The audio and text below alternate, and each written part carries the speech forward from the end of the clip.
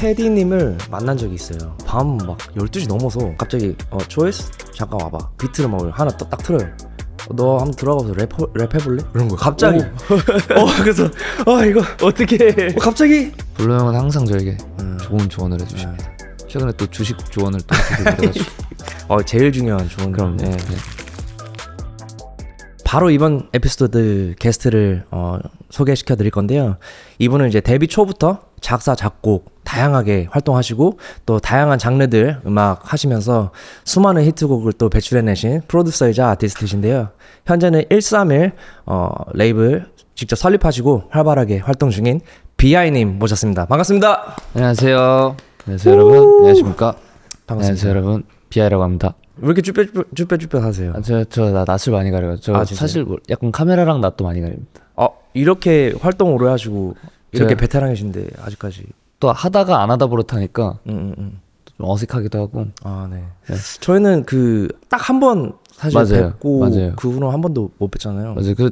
사실 이렇게 마주칠 일이 많았을 것 같은데 네. 생각보다 이렇게 개인 사적으로나 공적으로나 네. 마주칠 일이 별로 없어가지고. 네. 그때 이제 아민의 내한 공연 갔을 때 그때 잠깐 인사 나누고 저는 이제 같이 공연할 때나 이제 백스테이지에서 지나가면서 그냥 이렇게 하는 정도? 그때도 쭈뼛쭈뼛거리지 않았나요?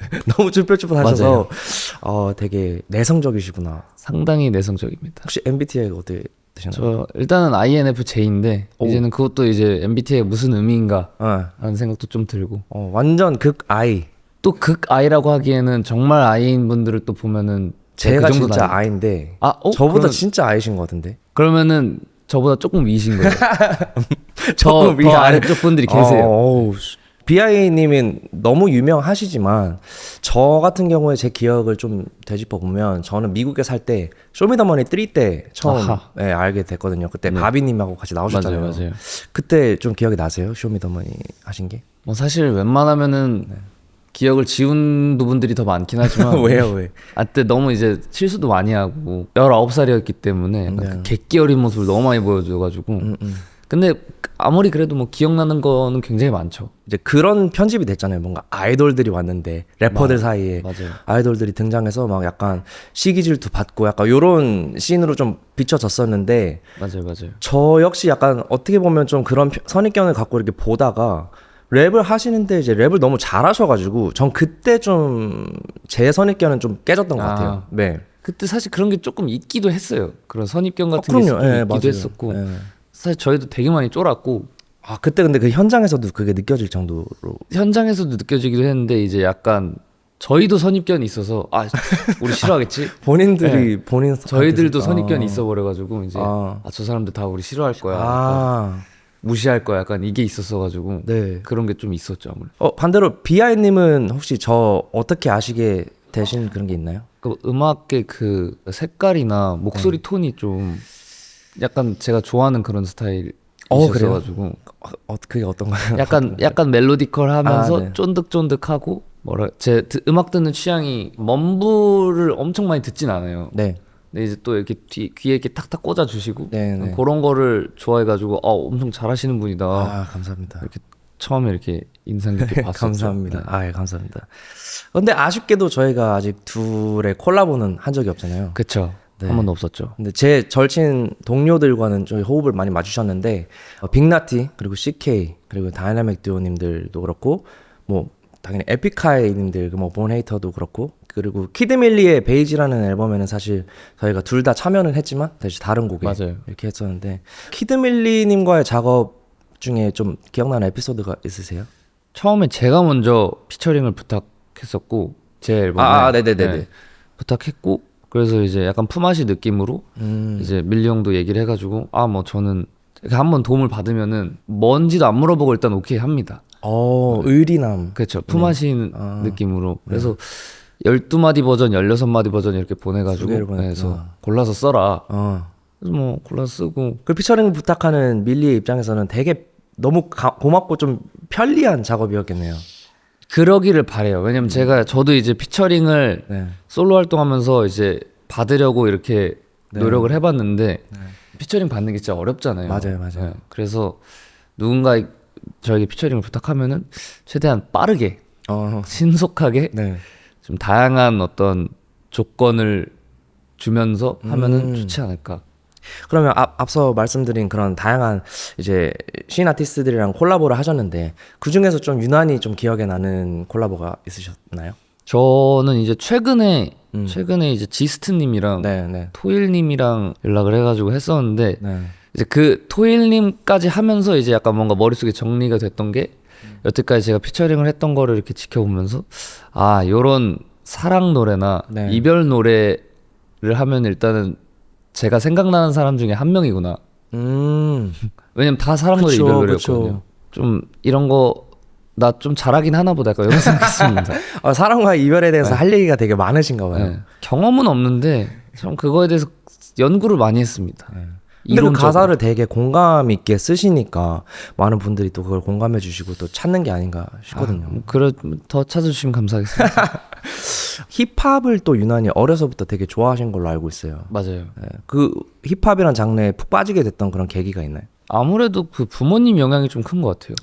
네. 부모님이 이제 저희가 아기 때, 네. 한 3-4살 때 이제 미국에 가가지고 네. 부모님 옷가게를 하셨어요. 네네네. 거기서 이제 힙합 음악을 틀면은 이제 그 옷가게 오신 분들이 막 춤추고 놀고 그런 거를 보고 이제 좋아하셨나 봐요. 네. 부모님들이 힙합 음악을 좋아하셔서 이제 제가 자연스럽게 듣다 보니까 네. 저도 모르게 약간 그게 매력 있게 느껴졌던 것 같아요. 부모님이 외국 힙합을 좋아하신 거예요? 아니면 한국 힙합? 외국 힙합을 좋아해요. 아 진짜요? 그래서 부모님을 통해서 외국 힙합을 처음 접했어요. 네. 처음 접한 노래가 그 송크라이랑 제이지의 네, 송크라이랑 Shake Your Tail Feather라는 노래 아세요? 들어봐야 알 것 같은데. 배드보이 2 그 OST. 맞아요. 그 두 개를 제일 좋아했죠.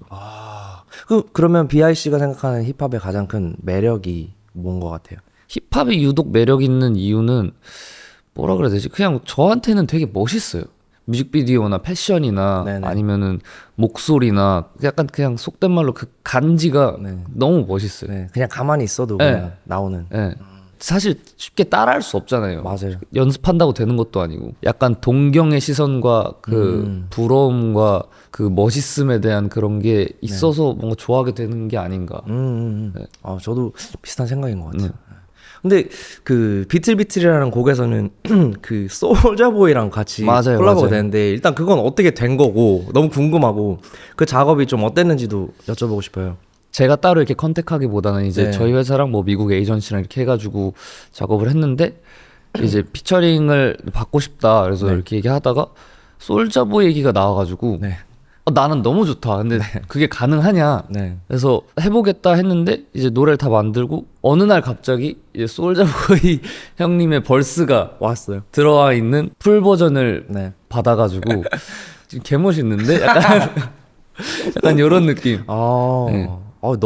너무 신기했어요. 저는 그 저도 콜라보가. 신기했어요. 네. 본인도. 네. 그러니까 소울자보이 그 사람의 그 행보는 약간 예측할 수 없어. 예측이 안 돼요. 네. 예측 전혀 안 돼요. 그리고 그걸 하고 이제 뭐 약간 이제 홍보 겸 뭔가 왓썹 느낌으로 인스타그램 라이브를 했는데 네. 이제 어쨌든 네. 좀 불안한 거죠. 왜요? 말실수할까봐. 말실수라기보다 어디로 튈지 모른다는 걸 이제 아니까. 네. 그러니까 워낙 약간 자유분방하고 그게 네. 또 멋있는 분이니까. 네. 근데 또 저는 또 뭔가 한국 정서고 네, 네, 약간 그쵸. 불안하고 저희 팬들의 정서랑 이게 있으니까 네. 살짝 불안했는데 또 생각보다 거기에 또 너무 잘 맞춰주세요. 역시 솔자 형 제가 좋아합니다. 솔자 진짜 좋아하는 형이에요. 네. 솔자 형 진짜 저도 한번 만나 뵙고 싶네요. 네.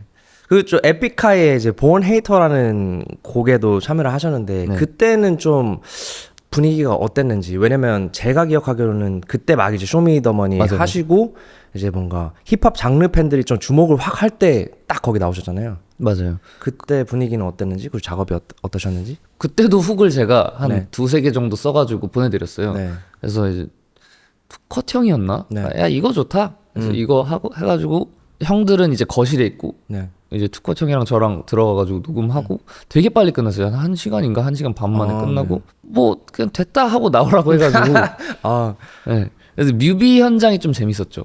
저는 그 훅만 하는데 비중이 많았어요. 뮤직비디오에 네. 분량이 많았어가지고 어린 마음에 이제 약간 나한테 뭐 이것저것 많이 시키네 좋은데 약간 이런 느낌으로 했었죠. 네. 그 뮤직비디오 자체가 되게 그 당시에 좀 아이코닉했어요. 딱 그 새로 맞아요. 디지패디님들 앞서갔죠. 네, 맞아요. 네. 그때 그 뮤직비디오를 진짜 많이 봤던 기억이 나고 그 후렴이 딱 캐치 하니까 이게 막 거기서 랩을 막 이렇게 많이 하시지 않잖아요. 딱, 맞아요. 네. 그 훅이랑 브릿지를 네, 하죠. 네. 딱 그냥 치고 빠지는 느낌 정도였는데 딱 필요했던 그런 요소로 기억이 나는데 그때부터 훅 쓰는데 자신이 좀 생긴 것 같아요. 되게 좋은 콜라보였네요. 맞아요. 네.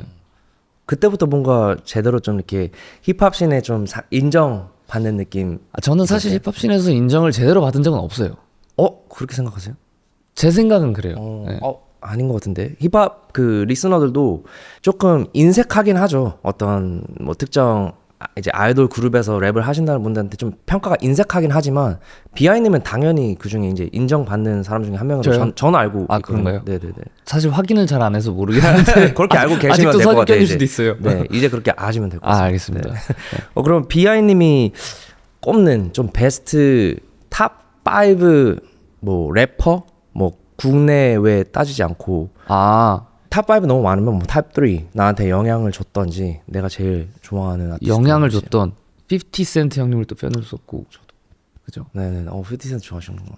저는 솔직히 지금 그런 노래가 한 번 더 돌아야 되지 않나라고 생각을 합니다. 올 것 같아요. 튠 안 걸고 나오는 그래프. 네네. 50센트도 뭐 훅장인 너무 훅장인이요. 킹이죠. 네, 멜로디로 그냥 킹이죠, 킹. 너무 오토튠도 안 걸잖아요.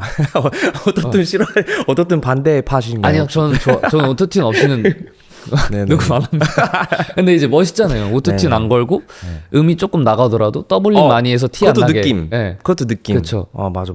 그리고 전 DMX DMX 좋아하시구나. 님도 그런 분도 한번 나오셔야 되지 않나. 생각보다 되게 굵직굵직한 형님들 좀 좋아하시네요. 뭐라 그래, 노력으로 안 되는 부분들이 있는 형님들이잖아요. 그러니까 톤적으로라든지 톤적으로라도 그렇고 그냥 느낌 자체가 노력으로 따라할 수 없는 부분이기 때문에. 그리고 저 같은 경우는 넬리의 영향도 굉장히 많이 받았고. 넬리 좋죠. 네. 근데 약간 살짝 올드스쿨이네요. 저는 2000년대 그쪽을 좀 더 좋아해요. 그걸 더 많이 어렸을 때 듣고 자라서 그런지 더 익숙한 것 같아요. 한 번 더 하면 이제 아무래도 릴 웨인 형을 저는 또 릴 웨인 좋아하시는구나. 릴 웨인 형을 또 고트. 영향을 많이 받았어요. 공연할 때의 어떤 제스처나 이런 것도 영향을 받으면서 이렇게 다듬어진 그런 분들이어가지고. 그러면 BIC가 생각하는 국힙 원탑. 네. 그냥 지극히 개인적인 국힙 지극히 원탑. 개인적인. 네. 이게 이제 빈지노님, 이센스님, 개코님이 늘 거론되는. 네네. 저는 이견이 없어요. 근데 그게 맞는 말이라고 생각을 하고. 하지만 실제로 좋아해요. 네. 그래서 좋아하고 거기에 이제 양동근님 네. 이 계셔야 하지 않나. 네네네. 그리고 블로 형이랑 이제 한 분을 더 얘기하자면 지금은 그 래퍼 현역은 아니시지만 그 테디 형. 네네네. 굉장히 멋있다고 생각하기 때문에. 완전 멋있죠. 그 당시에 활동하셨을 때 진짜 좀 멋있는 그걸 딱 갖고 오셨잖아요. 다 갖고 오셨는데 사실상 지금 봐도 뭐 그때 게 촌스럽지 않기 때문에. 전혀. 네, 맞아요. 저도 테디님을 만난 적이 있어요. 진짜요? 한국에 옛날에 그냥 음악 하러 온 게 아니라 잠깐 방문 왔을 때 지금은 빈스로 활동하고 있는 친구가 블랙 레이블이라는 곳이 생겼는데 래퍼를 구한다. 너 한번 가볼래? 그래서 저를 데리고 갔었어요. 진짜요? 그래서 그때가 밤 막 12시 넘어서 갑자기 불린 거예요. 저는 그래서 무조건 간다. 그래가지고 막 옷 입고 갔어요. 딱 거기에 테디님이 계셨어요. 갑자기 전에 초이스? 잠깐 와봐. 그래서 초이스님이 딱 오셨어요. 그래서 비트를 막 하나 딱 틀어요. 너 한번 들어가서 랩 해볼래? 그런 거예요. 갑자기. 그래서 이거 어떻게? 갑자기. 근데 이제 증명을 해야 되니까. 오케이. 그래가지고 막 제가 있는 벌써 막 했어요. 근데 되게 좋게 들어주셨고. 근데 뭐 이래저래 뭐 되진 않았지만. 근데 정말 저는 떨리고 아직까지 기억이 너무 생생한 그런. 듣기만 해도 떨릴 것 같아요. 진짜 무서웠어요. 저는. 그러니까 무서운 분이 아닌데 그냥 제가 무서웠어요 그때. 포스랑 아우라라는 게 있으신 분이기 때문에. 항상 후드 위에 이렇게 모자 쓰시잖아요. 딱 그렇게 하셔가지고. 그리고 이제 중간에 아이스크림 이렇게 누가 사오셨는데 아이스크림 하나 드세요? 이러면서 진짜요? 그랬던 기억이 나네요.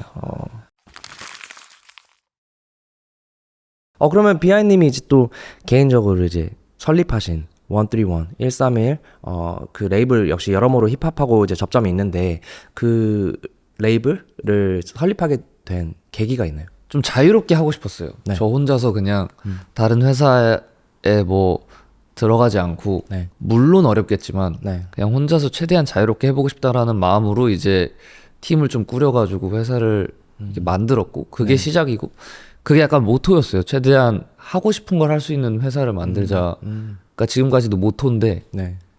완벽하게 지켜지고 있지는 않습니다. 본인이 그럼 그 레이블을 설립하실 때 구상했던 뭔가 아니면 바랬던 비전이나 방향성이 있을까요? 음악적으로라든지. 일단 음악적인 방향성은 그냥 그거였어요. 제가 일단은 네. 한 가지 장르만 좋아하고 한 가지 장르만 이렇게 하는 편은 아니어가지고 네네. 그냥 하고 싶은 거 하자. 이것저것 다 할 거면은 그래도 좀 잘하자. 약간 요런 느낌이고. 그러면 예를 들어서 이제 발라드를 하시는 분이 들어올 수도 있는 거고, 뭐 그쵸. 트로트를 하시는 분이 들어올 수도 있는 거고 그런 느낌인 건가요? 여기서부터 이제 좀 자세히 설명이 들어가면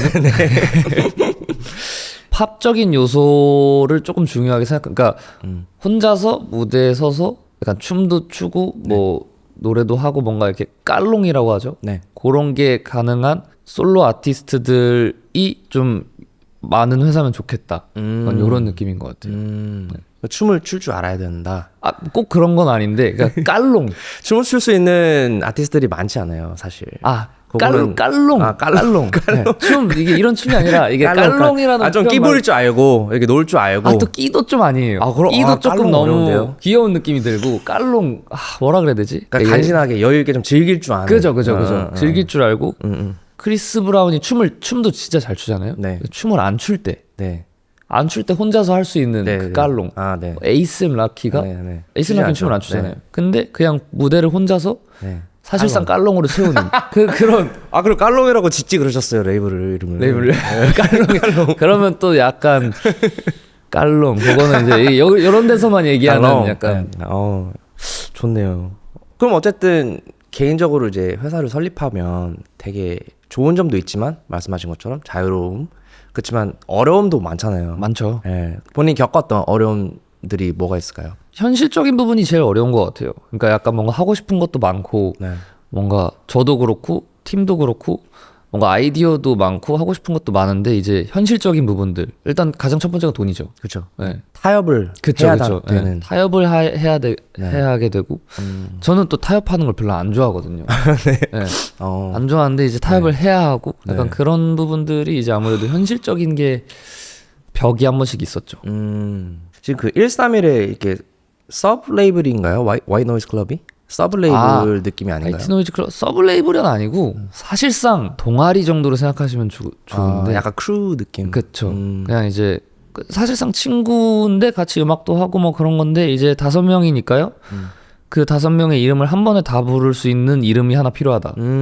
다 프로듀서인 거잖아요. 네, 다 프로듀스. 지금 거기에 비아이님 계시고 윤시황님, 맞아요. 그리고 김창훈님, 밀레니엄, 그리고 패디님. 맞아요. 딱 5. 생각보다 이름을 좀 잘 지은 것 같아가지고 좋은데요? 이름? 네. 이름을 조금 느낌 있게 지은 것 같아서 그걸로 뭔가 좀 더 이렇게 백색. 해보자. 네. 백색 그 와이노이즈 클럽이 추구하는 사운드가 이제 백스트리트 클럽 사운드라고 들었는데 그게 혹시 어떤 깔롱인지 좀 설명해 주시면. 사실상 뒷골목 음악 같은 느낌이죠. 네. 그게 뒷골목. 어떤 느낌인 건가요? 그게 패디 형을 위한 인터뷰에서 얘기를 했었는데 네.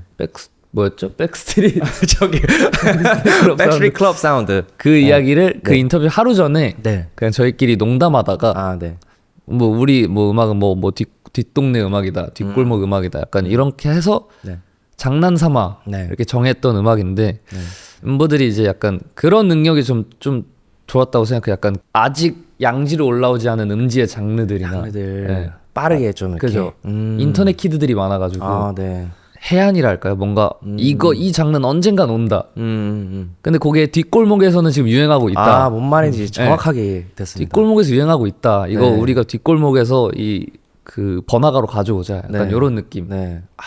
정확하게 네. 이해됐어요. 전 DJ 스프레이님하고 되게 가깝게 지냈는데 DJ 분들이 또 그거를 엄청 맞아요. 잘 알고 계시잖아요. 음악을 워낙 많이 들으셔야 하니까. 많이 듣고 막 해외에서 유럽 DJ들은 지금 뭐 틀고 있는지를 근데 이제 한국에서는 이게 아직 전혀 그죠. 오지도 않았는데 네, 맞아요. 막 한 1년 후에 갑자기 한국에서 유행하고 있고. 맞아요. 네.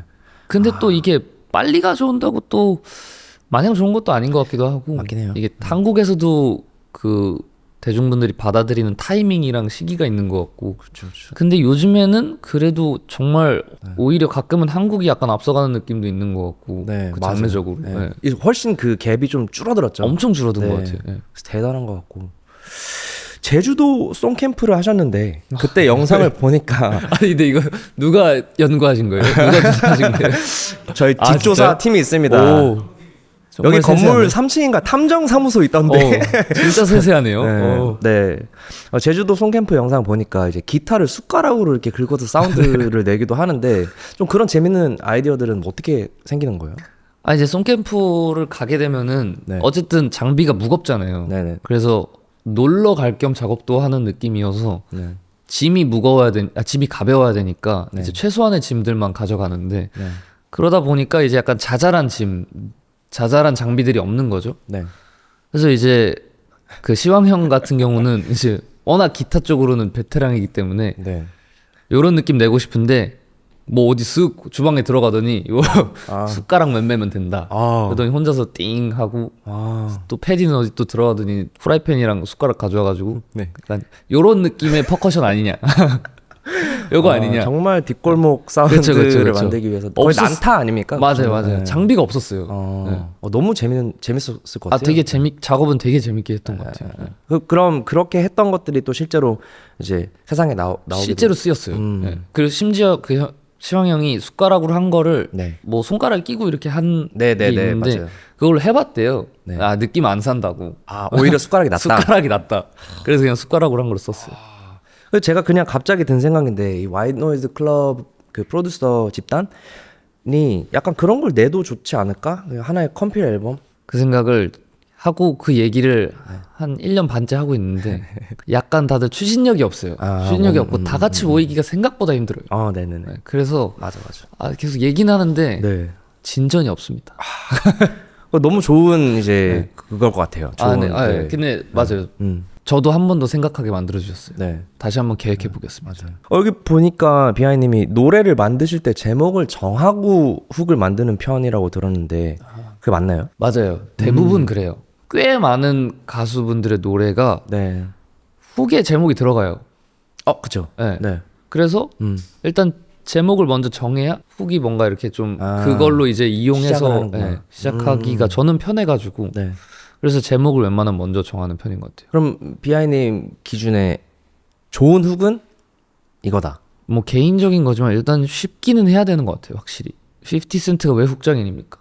사실상 그냥 노래 틀면은 훅 바로 나오잖아요. 네. 쉽다. 네. 쉽지만 유치하지 않다. 그런 게 있는 것 같고. 네. 그래서 사실상 사람들이 어떤 노래를 따라 부를 때 막 벌스를 따라 부르는 경우는 좀 드물잖아요. 웬만하면 훅을 따라 부르. 네. 그러니까 그런 따라 부르기 쉽고 그러나 유치하지 않고 또 좀 많은 게 내포돼 있어야 돼요. 짧은 순간 안에 짧은 가사 안에 이 노래 전체를 관통하는 의미가 담겨 있으면은 좋은 훅이지 않나. 맞아. 네. 그리고 거기다 이제 플러스는 이제 뭔가 꽂히는 있어야죠. 단어나 있어야죠. 뭐 캐치프레이즈가 있으면 그것만 계속 흥얼거리게 되잖아요. 맞아요. 있어야죠. 그래서 훅 만드는 게 제일 어려운 것 같아요, 사실. 제일 어려워요. 진짜 어려워요. 진짜 너무 어려워요. 그래서 저는 어려운 걸 항상 먼저 해요. 훅 먼저 맞아. 만들어요. 맞아. 훅이 잘 나오면 네. 그 작업을 계속 진행할 때가 진행을 하고 맞아요. 예를 들어서 어떤 좋은 비트가 있는데 훅이 진짜 안 나오면 그건 저 그냥 팩이에요. 그래요? 벌스가 뭐 좋던 아니던. 네, 저는 훅이 무조건 좋아야. 그거 맞아요. 네. 그럼 벌스가 잘 나온 거 벌스 쓱 빼와야죠. 또. 맞아요. 벌써 빼서 딴 데다가 얹으면 그쵸. 되니까. 비하이님의 프로듀싱 이야기를 하면서 이제 요즘 커리어를 좀 얘기해봤다면 이제 좀 과거를 좀 살펴보려고 하는데 비하이님이 10대 때부터 진짜 치열한 서바이벌 경쟁들을 엄청 많이 거치셨는데 웬, Who is Next하고 쇼미더머니 3하고 믹스앤매치 이거를 다 성인 되기 전 맞아요. 때 하신 거잖아요. 이런 경쟁이나 이런 좀 빡센 경험들이 좀 많이 도움이 되셨나요? 도움은 진짜 많이 되는 것 같아요. 실력적으로. 그러니까 왜냐면은 어쨌든 경쟁이니까 이거 지면은 탈락이면은 집에 가야 되거든요. 네. 그렇다 보니까 진짜 열심히 하게 되기 때문에 네. 그때보다 열심히 할 수 있는 기회나 순간이 많이 없는 것 같아요. 이렇게 하니까 그 다음에 이런 걸 이겨내고 나서는 솔직히 무서운 게 없을 것 같기도 해요. 근데 그 당시 데뷔 초에는 그렇게 해서 네. 이제 뭔가 나는 잘한다 약간 네. 이런 자신감이 굉장히 있었는데 네. 또 그게 너무 또 지나치면 네. 이게 또 자만이 든단 말이죠. 아, 네. 데뷔 초에 제가 이제 좀 사실 건방졌어요. 좀 좀 건방지고 자만하고 어리기도 했고. 네네네네. 근데 이제 그러지도 말걸. 그런 지금은 그런 생각을 좀 하죠. 그러면 그 윈 그 프로그램에서 이제 어쨌든 그 B팀이 패배하고 그러고 이제 쇼미더머니 나가셨는데 맞아요. 쇼미더머니는 그럼 왜 나가신 거예요? 그게 좀 겹치지 않나요? 쇼미더머니랑 믹스앤매치가 좀 겹친 걸로. 같이 했어요. 같이 했어요. 그럼 왜 쇼미더머니 하신 거예요? 저희도 일단 약간 제안을 받았고 네. 그래가지고 나가겠습니다. 해서 이제 지원을 이제 그때 다시 하게 된 근데 거예요. 왜 나가겠다고 이렇게 승낙을 한 거예요? 아무래도 이제 저희도 인정을 받고 싶었던 거죠. 뭔가 아이돌의 연습생이지만 그래도 랩을 좋아해서 랩으로 먼저 시작을 했고 힙합을 좋아해서 힙합 음악을 먼저 시작을 했는데 당시 분위기나 뭔가 저희의 어떤 선입견도 그렇고 인정받지 못하는 기분이 들어서 나가서 인정받고 싶다. 네. 그래서 저희 지원하고 싶습니다. 네. 약간 이런 느낌이 된 거죠. 그때 좀 특별히 기억나는 에피소드가 있나요? 쇼미더머니 찍을 때? 그래도 시선이 좀 있었어요. 근데 그게 사실 어떤 시선이었는지 객관적으로는 모르겠는데 제가 느끼기에는 굉장히 따가웠어요. 니네가 뭔데? 약간 이런 느낌으로. 쟤네 뭐야? 쟤 메이크업하고 왔네? 약간 이런 느낌. 네. 근데 사실 그거 아니었을 수도 있다. 그건 어떻게 보면 본인이 네, 그냥 저의 느낀. 어떤 그 피해의식.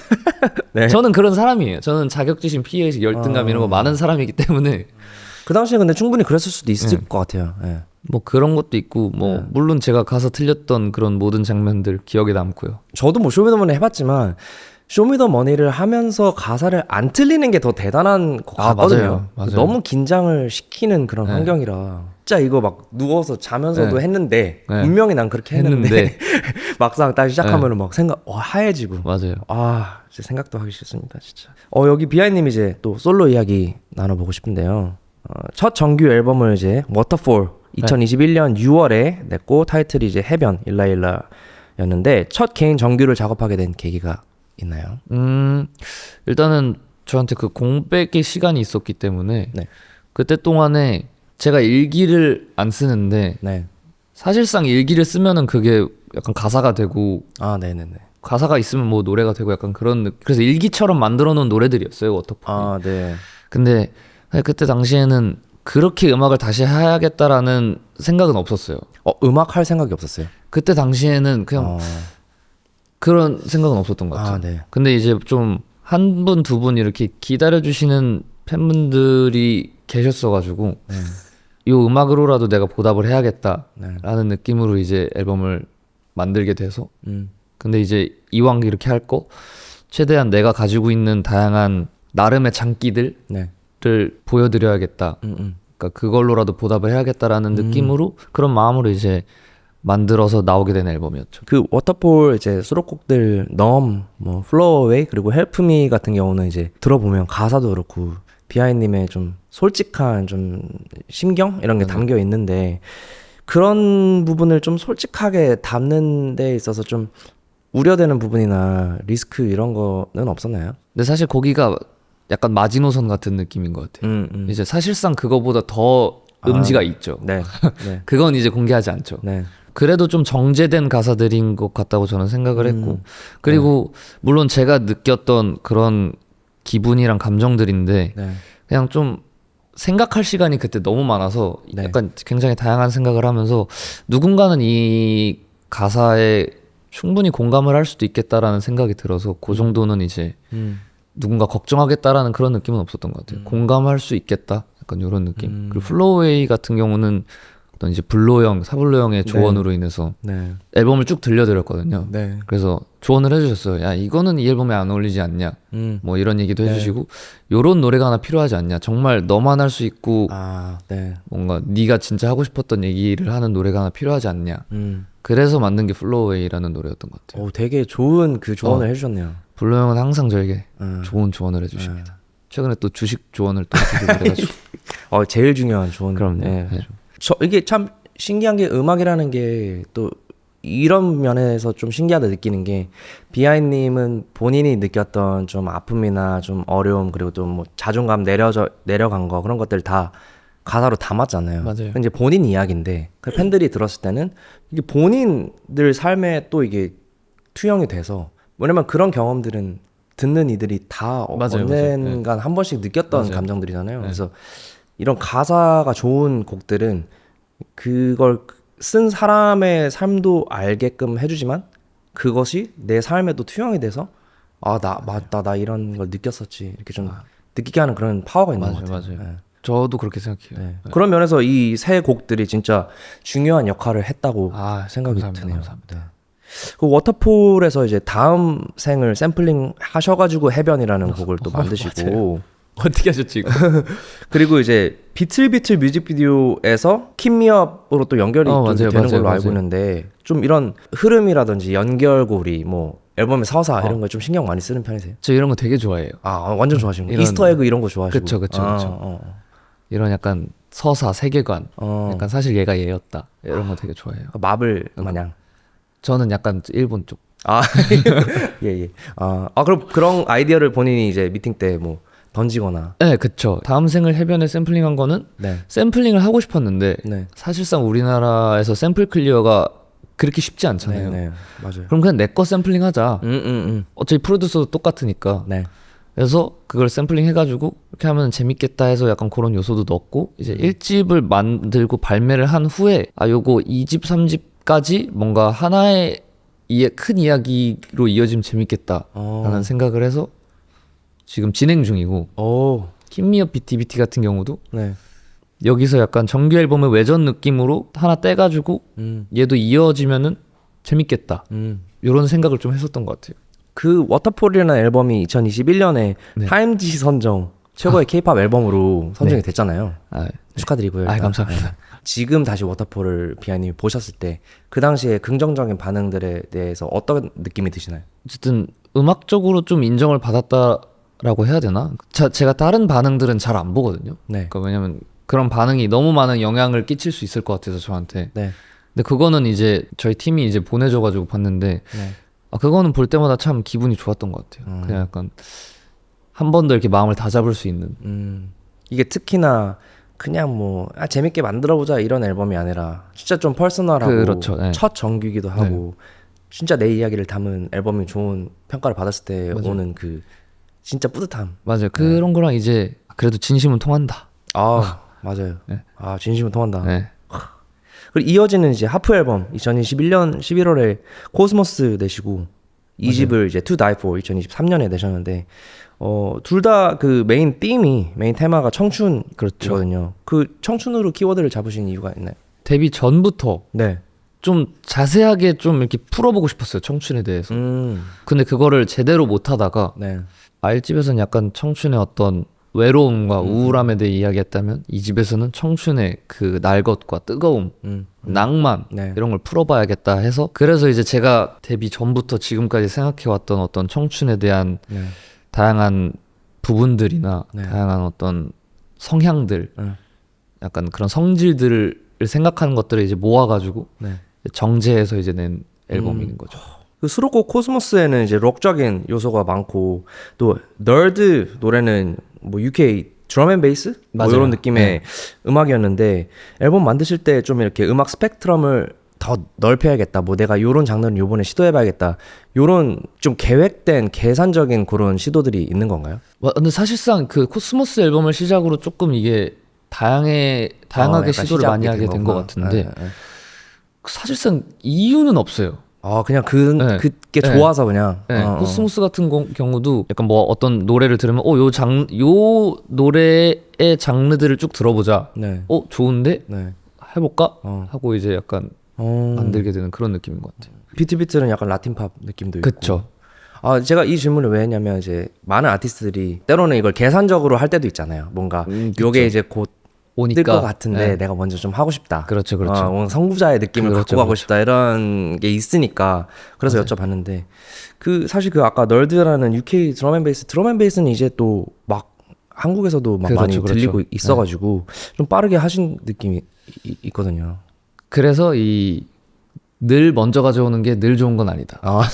왜요? 왜? 타이밍. 좋아하는데요. 왜? 타이밍이 중요하다. 저는 개인적으로 그 노래 좋아합니다. 네. 좋아요. 뭐 아무튼 사실 뭐 엄청난 관심이나 흥행을 가지고 앨범을 만드는 편은 아니어가지고 그때 좀 다양한 시도를 하면서 한편으로는 살짝 걱정도 했는데 이게 어떻게 받아들여질까에 대해서 뭐 생각보다 크게 거부감 없이 받아들여 주셔가지고 또 이거는 제가 뭐 틀린 걸 수도 있는데 요즘은 오히려 더 이제 대중분들도 귀가 많이 올라갔고 또 새로운 것들에 대해서 더 오픈되어 있다? 맞아요. 약간 느껴요. 그 취향이 있다는 사실이 공론화된 느낌이라고 해야 되나? 그러니까 물론 전부터 각자의 취향은 있었겠지만 정해져 있는 틀 안에서의 취향이 있다라는 느낌? 그쵸. 그러니까 거기에 뭔가 따라야 할 것 같은 느낌은 있지만 내 취향은 있는데 약간 그랬으면 옛날에는 지금은 난 이거 안 따라도 돼. 내 취향이 더 좋아. 약간 이게 더 이렇게 뭔가 표출하시는 그런 느낌이 있는 것 같아요. 네, 맞아요. 그래서 오히려 저희한테는 좋죠. 그쵸, 좋죠. 마음대로 하고 싶은 거 할 수 있으니까. 그렇죠. 그 To Die For라는 앨범은 청춘의 아이콘인 이제 제임스 딘 맞아요. 영화에서 많은 영감을 얻으셨다고 하는데 원래 제임스 딘을 좀 좋아하시나요? 이것도 동경과 부러움의 어떤 시선에서부터 시작된 건데 제임스 딘, 조니 뎁, 브래드 피트, 디카프리오 이런 진짜 말도 안 되게 잘생긴 분들의 영화도 좋아하고 그냥 그분들을 좋아합니다. 왜 어떤 부분이 좋으신 거예요? 그냥 멋있어요.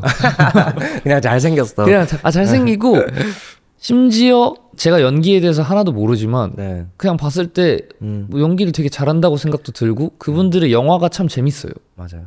그분들이 풍기는 그 느낌, 아우라가 포스랑 아우라가 멋있고 재밌고 그래서 여기에서는 이제 제임스 딘의 어떤 패션이나 약간 분위기 일단 따라는 해봤죠. 근데 그건 사실 얼굴이 하는 거예요. 이거는 망언이십니다. 잘생긴 사람이 이렇게 얘기하면 좀 넘을 수 없는 벽이라는 게 있어요. 그러니까 워낙 유명하시니까 청춘의 아이콘. 그 이제 저희 회사 빅나티랑 같이 겉도시를 하셨는데 그 노래는 2019년에 이미 여러 가지 버전들이 있었다고 들었어요. 맞아요. 그때 사실 훅밖에 없었어요. 처음에 2019년에 훅밖에 없었는데 저는 개인적으로 그 훅이 너무 좋았어가지고 쟁여두고 있다가 그러니까 약간 맞는 앨범을 찾고 있었어요. 1집에서는 너무 안 어울리고 또 뭐 글로벌 앨범에서도 좀 안 어울리고 근데 여기다. 여기서는 어울린다. 아껴두고 있었던. 그죠? 그래서 여기서 근데 그 과정 동안에 뭐 벌스를 이렇게도 만들어보고 곡 구성을 이렇게도 해보고 뭐 이렇게 저렇게 해보다가 나티 피처링을 받기 전에 생각했던 게 이 노래는 훅이 좋은데 약간 돌림 노래처럼 만들어 볼까? 그 노래 훅 멜로디가 6번인가가 나오거든요. 그래서 돌림 노래처럼 만들고 이제 뒤에 나티가 조금 돋보일 수 있게 파트를 만들고 약간 이런 식으로 해서 이제 완성된 곡이었죠. 노래 너무 잘 들었습니다. 감사합니다. 그 개 같은 인생은 이제 크라잉넛이 참여했는데 이걸 어떻게 성사가 된 건지도 궁금하고. 크라잉넛 형님들은 제가 개인적으로 굉장히 좋아하고요. 노래방 가면은 무조건 일단 노래를 부르고 저의 아이돌 같은 느낌이었는데 DM을 보냈어요. 그러니까 왜냐면 저 개 같은 한경록님한테 맞아요. 한 3분한테 보냈어요. 동시에 씨앗 뿌리기 누군가는 봐주시겠지 하고 이제 3분한테 보냈어요. 저 노래 자체가 이제 말 달리자에서 영감을 받아가지고 만든 노래여가지고 이건 내가 만약에 크라잉넛 형님 선배님들이랑 할 수 있다면은 이 노래는 비로소 완성된다. 정말 좋겠다라는 마음으로 이렇게 DM을 보냈는데 또 흔쾌해 주신다고 하셔가지고 라이브 연습하는 그러니까 밴드 연습하실 때 옆에서 봤거든요. 너무 신나는 거예요. 동영상 찍으면서 저 혼자 뛰어놀았거든요. 그만큼 이제 좋아하는 선배님들이었고 이렇게 도와주셔가지고 전 너무 감사했죠. 제 기억으로 예전에 어떤 페스티벌에서 뵀을 때 공연하는 거 뵀을 때 마지막 곡을 이걸로 하시지 않으셨어요? 마지막 곡으로 이걸 하시죠. 맞아요. 주로 이게 엄청 이런 느낌. 맞아요. 저는 그냥 힙합 페스티벌이든 뭐 무슨 페스티벌이든 상관 안 합니다. 어차피 어느 페스티벌에서든 예를 들어서 힙합이면은 다른 아티스트 분들이 충분히 힙합을 많이 보여주셨을 거라고 생각을 해서 이런 락도 하나 있으면 좋지 않나. 근데 이거 너무 노래가 너무 신나가지고 그래서 진짜 이제 좋아요. 이거는 꼭 셀리스트에 있는 그런 노래입니다. 그래서 저도 이거 들으면서 뭔가 이런 뭔가 페스티벌적인 곡이 나도 있으면 좋겠다라는 생각이 좀 살짝 든 그런 곡이었어요. 욕심이 좀 나는. 예. 감사합니다. 또 후렴이 너무 시원시원하게 질러주시니까. 맞아요. 또 그 목소리랑 너무 잘 어울려가지고 진짜 잘 어울리는. 예. 그리고 또 이제 글로벌 앨범 아까 말씀하셨는데 Love or Loved 그 정규랑 별개로 파트 1, 파트 2로 나눠서 발표를 하셨는데 글로벌 앨범이라고 좀 따로 지어서 내시는 이유가 있나요? 요즘에는 거의 이제 세계가 공통적이라고 생각하지만 그래도 가진 정서가 조금씩은 다르다고 생각을 하거든요. 네. 그래서 좀 더 글로벌 대중분들에게 조금 더 그쪽 성향을 저보다는 해외 프로듀서들이 더 잘 알 테니 네. 그쪽을 겨냥해서 뭔가 그분들의 취향에 맞는 음악을 이렇게 저한테 추천해서 들려주고 네. 뭔가 같이 협업을 하게 돼서 뭔가 약간 타겟이 조금 다르다고 해야 할까요? 그리고 생각해 놓은 이 길이 있기 때문에 정규 앨범으로는 네. 그래서 요거를 글로벌 앨범을 여기서 약간 외전처럼 좀 분리를 해서 이렇게 두 갈래의 길을 가면 좋겠다. 그러면 해외 공연하실 때는 글로벌 앨범에 있는 수록곡들을 좀 더 많이 하시는 편이세요? 무조건 하죠. 한국에서는 거의 안 해요. 잘 모르시거든요. 약간 분위기 쌓여지는 그런 곡들. 약간 그쵸. 분위기 쌓여져요. 분위기 쌓여지고 이제 한번 했었는데 BTBT라는 노래가 그래도 해외에서 약간 많이 들어주셔가지고 한국에서 했었는데 살짝 분위기 쌓여져가지고 넌 아웃이다. 아니 왜냐면 저 너무 공감을 해서 저도 막 영어도 하고 한국말도 하는 사람으로서 한국 사람들이 듣기 좋은 음악이 뭔지 좀 더 알고 있고 맞아요. 이제 그냥 막 외국인 분들이 맞아요. 좋아하시는 거 알아서 왜 그런 거를 가끔씩 한국에서 공연을 하면 이거 나 세트에서 괜히 넣었다. 그렇죠. 느껴질 때 있잖아요. 하면서 후회할 때 있어요. 시작하면서 안 돼. 1절 하면서 후회할 때 있어요. 약간 이러는 때가 있어. 2절 살짝 하기 싫을 때 있어요. 그럴 때 갑자기 급하게 에이 DJ 컷 돼. 저는 그때 DJ도 없었어요. 저 이거 꺼주세요. 막 이렇게 할 수 없으니까. 그래도 최선을 다해서 해야죠. 그쵸. 최선을 다해야죠.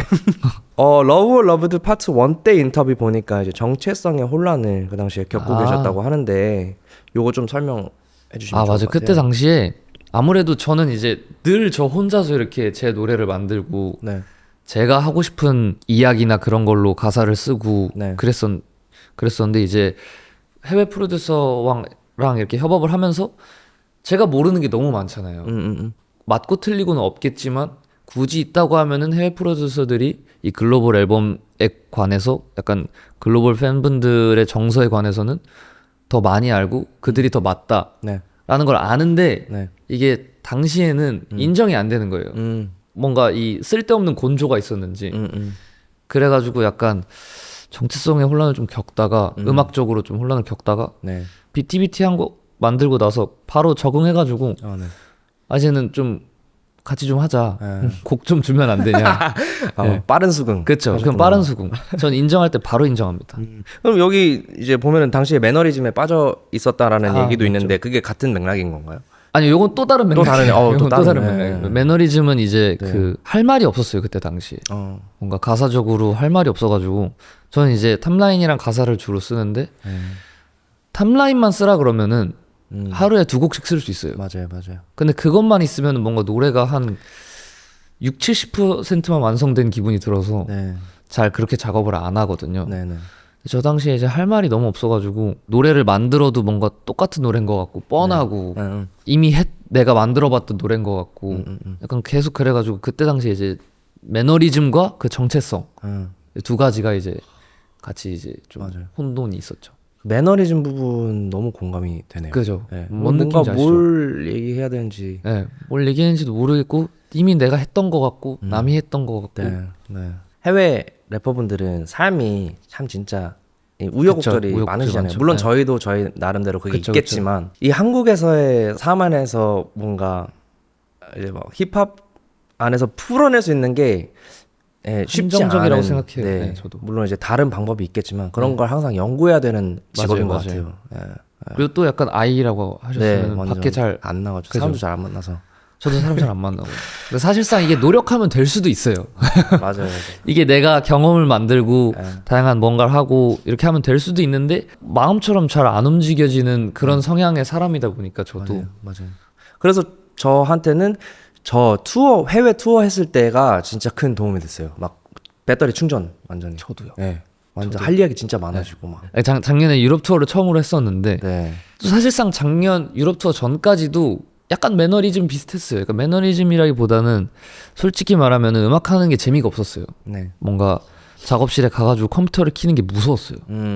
약간 그럴 시기였는데 유럽 투어를 가서 돌아다니면서 버스 안에서 작업하고 호텔에서 작업하고 뭐 대기실에서 네네. 들어가기 한 20분 전에 작업하고 네네. 녹음하고 약간 그랬는데 저는 그게 되게 재밌었던 네네.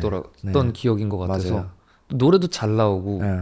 또 그걸 만들고 앵콜에서 틀었어요. 오. 바로 오. 그 반응을 보니까 아 이거는 진짜 도파민 맞아. 여기서 받아야겠다. 네.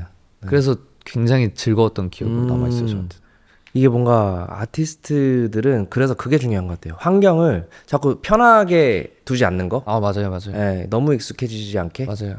계속 막 불편한 곳에 가고 뭐 좀 새로운 곳에 곳에 가고 네. 이렇게 해야 나오는 것 같아요. 장비도 저 58 마이크 하나 들고 있었거든요. 아니야. 그걸로 녹음을 하면서 네.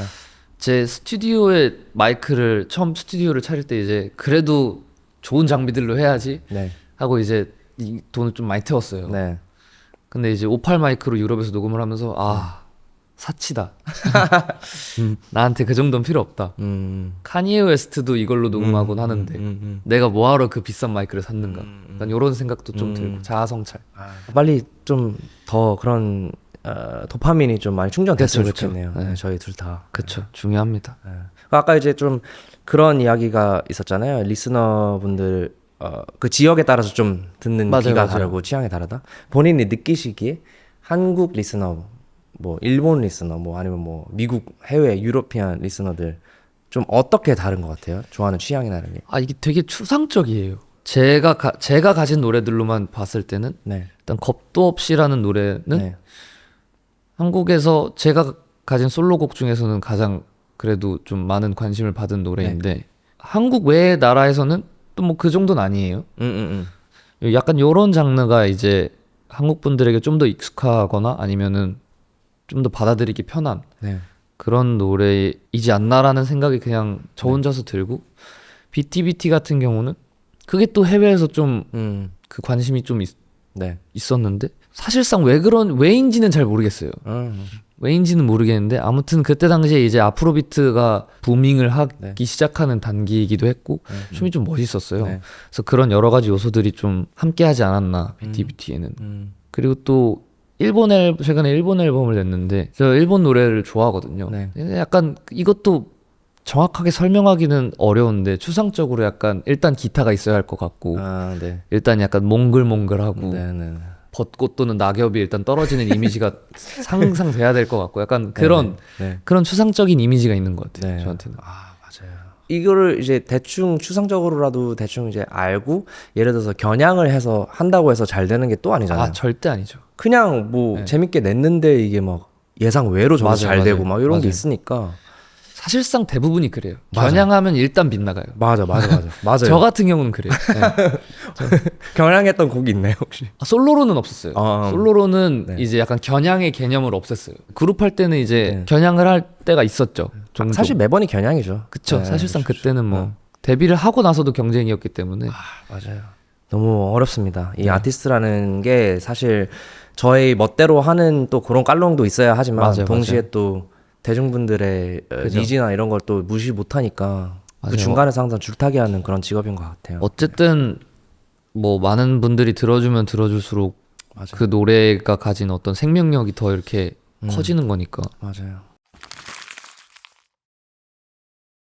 저 이제 파파 라디오 3화 슬슬 마무리할 때가 됐는데요. 5월에 이제 비하이님 하이법이라는 투어 준비하고 계신다고 들었어요. 맞아요. 투어 대해서 설명 부탁드릴게요. 제가 주로 앨범을 내고 투어를 도는 편인데 이번에는 앨범이 없이 그냥 새로운 투어를 도는 건데 아무래도 새로운 곡이 많지 않다 보니까 최대한 다양한 어떤 다른 방향성으로 좀 변화된 어떤 공연의 포맷을 좀 만들려고 노력 중이고 팬분들은 또 어떤 느낌이실지 대충은 아실 거라고 생각해요. 제가 약간 제 공연할 때 그냥 미공개곡 토는 걸 좋아하거든요. 약간 그런 것도 좀 많을 것 같고 그리고 하이법 이제 제목처럼 무조건 신나는. 그러면 지금 앨범을 안 내고 이제 도신다고 하셨는데 그럼 본인이 계속 지금 작업 중이신 사실상 건가요? 거의 끝났어요. 새로운 앨범이? 네. 작업은 사실상 거의 끝나고 이제 피처링이나 제작 이제 여름부터 이제 진행할 예정인데 네. 작년에 제가 앨범을 2개를 냈어요. 작년에. 네네. 그래가지고 앨범 2개 아시아 투어, 유럽 투어 이렇게 하면서 좀 너무 바쁘게 지냈어가지고 네. 이 3집은 좀 저한테는 중요한 앨범이니만큼 좀 더 집중해서 만들어보자는 의미로 시간을 좀 오래 가지고 정규 3집. 네, 정규 3집. 아우, 정규를 되게 이렇게 딱딱딱 빨리 좀 내시는 편이에요. 모르겠어요. 전 정규가 좋은 것 같아요.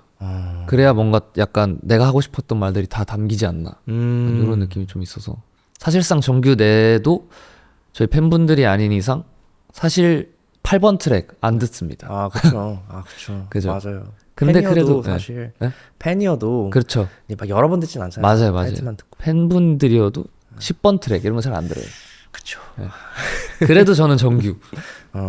뭔가 고집하게 되는 것 같아요. 이거 마지막 질문인데 B.I.라는 아티스트의 미래 방향성, 뭐 아티스트로서든 프로듀서라든 방향성이 있나요? 제 직업 안에서 좀 더 연구하고 공부를 하고 있는데 네. 프로듀서로서는 네. 좀 무리를 안 하려고 노력 중이에요. 한 작년까지만 해도 오늘 하루 작업을 안 하면 마음이 불안했어요. 아, 네, 네.